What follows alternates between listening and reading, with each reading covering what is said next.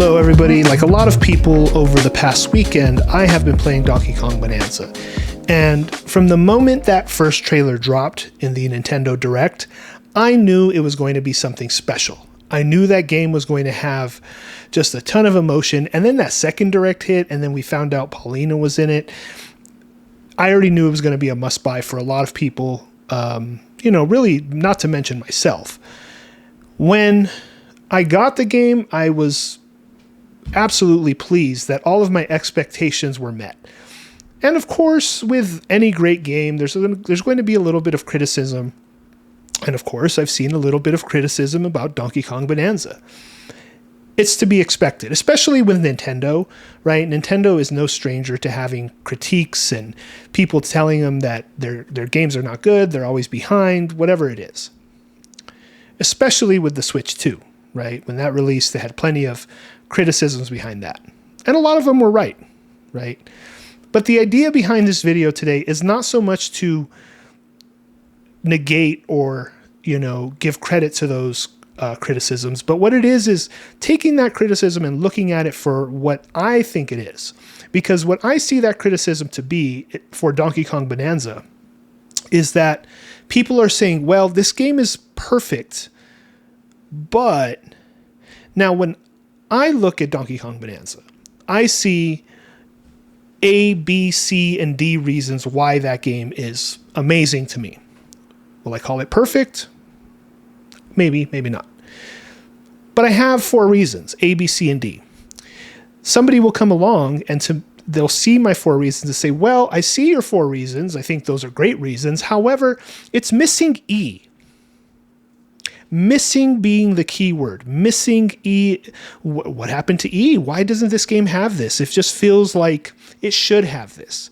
What about F and G and H, right? All the way down to Z.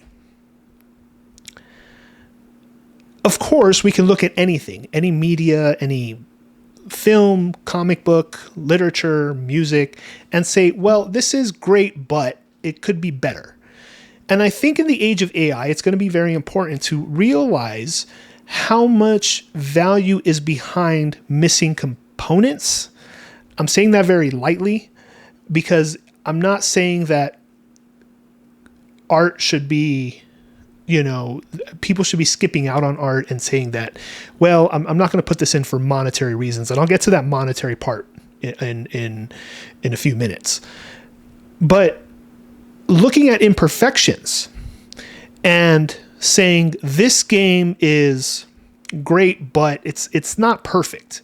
And I think as time goes on, as AI goes on and gets better and gives everybody what they actually want when they put in that prompt, it's going to be very important that imperfections exist in human-made media. Because I think those imperfections are going to signify that this game was crafted by love, by fear, by, emotion, by sadness, by depression, whatever it is, right? All human emotion.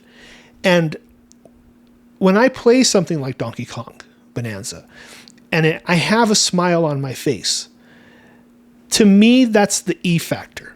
That's E that people should be looking for.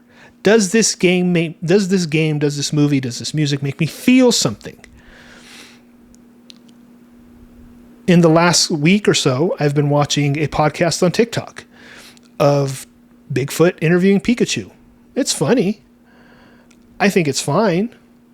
But whoever created that using a prompt told whatever LLM what they wanted, and they got that. I want Bigfoot interviewing Pikachu. I want Pikachu to do this, and I want him to sound this way, and whatever it is.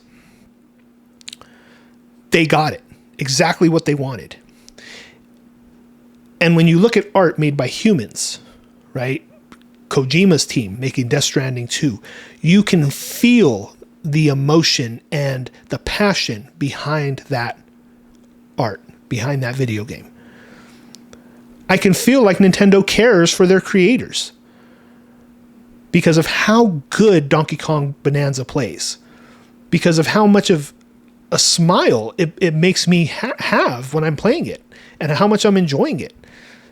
breaking rocks that I don't need to be breaking, throwing explosive rocks just because. They're factors that I've loved in gaming since I was a kid, and it's all there in that game. They've borrowed from other games, absolutely. They've borrowed from other games, absolutely. But to me, it's like but to me, it's like the fact that I can feel that love and passion for those factors in a Nintendo game is it's invaluable. And I think when it comes down to like the monetary value of a game like Donkey Kong Bonanza, when it comes to the monetary value of Donkey Kong Bonanza and the criticism that people had for Switch 2 saying it's $80, I think that's going to become a norm. I think it's going to become a norm in gaming, not just with Nintendo, going forward. Because I think, and I'm not saying Nintendo has the best business practices, again, they're not without their criticisms, but I think that Nintendo values their creators. And I think they're getting compensation for that through their monetary means. Does Nintendo already have money, and like could they already be paying them that much? Yeah, probably. But I think that's going to become the norm for human-made art in the future. And as a teacher, right, I taught my students last year how to sketch. Full disclosure, I'm not a sketch artist. And I told my students that. But to me, the value behind that lesson, because we did sketching every morning instead of morning work. If you remember in school, your teacher would often give you a worksheet and tell you that's what you have to do in the morning. Instead of morning work, we did sketching for a whole year. They loved it. The only rules I had with it are you have to try. You have to see it through. Even if you feel that you made a mistake, see it through. Try to fix it. Work around it. Make it the art you want to make it. Don't compare your art to somebody else's because they're working on different levels, on different frequencies. They might have talent. They may have been practicing since day one. This might be your first day sketching. That's okay. Don't compare your art to theirs. Your art is not bad by definition because theirs looks different or better in your opinion.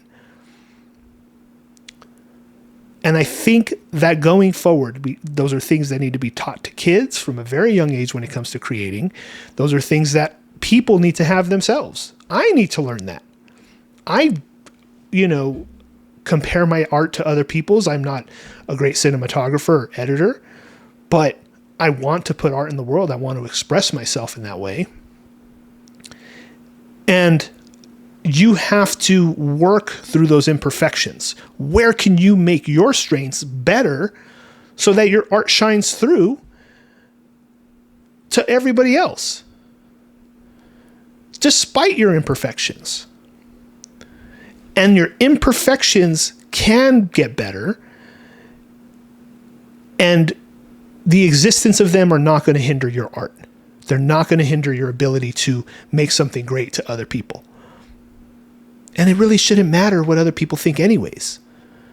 Put your art into the world. Like, go make it. And stop looking for, the imperfections, because the imperfections are only going to make it more valuable when the rest of your strengths shine through.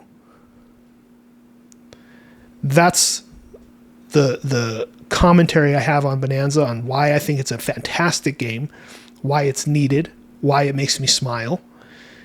And I'm looking forward to completing it. If you've made it this far in this video, I very much appreciate it.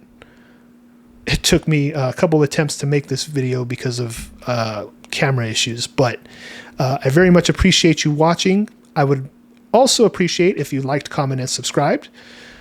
Let me know if you've played Donkey Kong Bonanza, what you think of it. If you think its imperfections are still imperfections to you, and you